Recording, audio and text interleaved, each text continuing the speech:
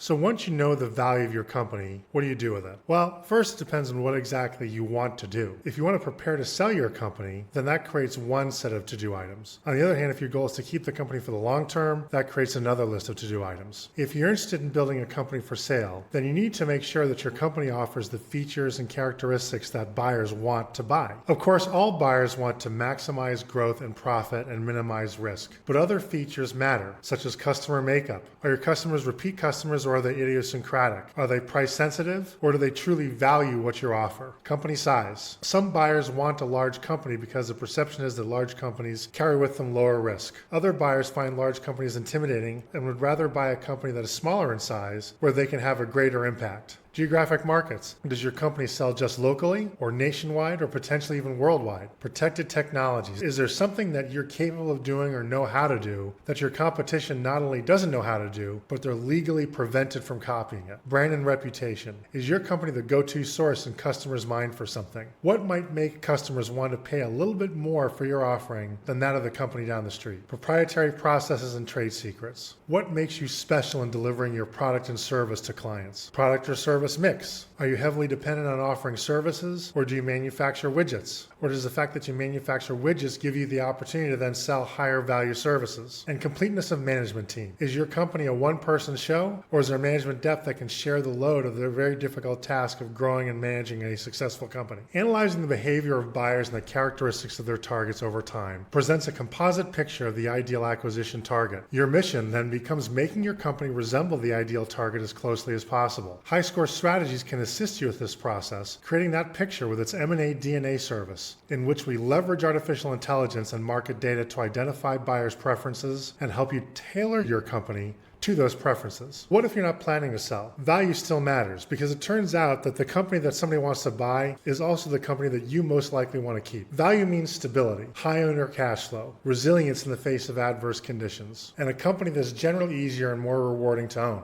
Building value in a company happens when owners make the right decisions over a sustained period of time. At High Score Strategies, we've learned that some of the most successful and consistent value-strengthening practices include pricing products and services appropriately. This is a big one. Many companies underprice their offerings to the market, sometimes significantly, and leave a lot of money on the table and make their lives harder than it needs to be. Performance measurement. You have to measure how your company and the people in it are performing in order to evaluate it and make decisions, especially where change is called for. Goal setting. There's ample evidence to suggest that companies and people that write down and commit to achieving goals are much more likely to achieve those goals and exceed them. Goal setting is the hallmark of successful companies. Process documentation. If you want your company to scale and to run without everything being a fire drill, one of the keys is to make sure that all your key processes are documented. In this way, nobody has to wonder what the right thing to do is. There's a field guide that tells people what the right thing to do is in a given situation. Robust documentation also protects you, the business owner, from the sudden resignation of a key employee. The most valuable companies, including those that are most valuable to their owners, are ones that are the least dependent upon their owners. By making the business less dependent upon you, not only will you find the business easier to run, but you'll find it much more lucrative to own. Focus on diversifying customers and revenue streams. When a company is overly dependent upon a small number of customers or one or two sources of revenue, your being the owner of the company can seem no different than having a job working for somebody else. And in fact, that may be the case. While it can be tempting to rely on one source of revenue because it's easier in some cases, in the long term, if one customer represents the lion's share of your revenue, you don't own the company anymore. The customer does. Consider making acquisitions and doing them shrewdly. Get help whenever necessary. Make sure that you are setting appropriate compensation policies. If you're not already implementing a process for periodic budgeting and forecasting, do so immediately. Holding expenses to budget is the practice of all good companies, and you're going to find that it gives you peace of mind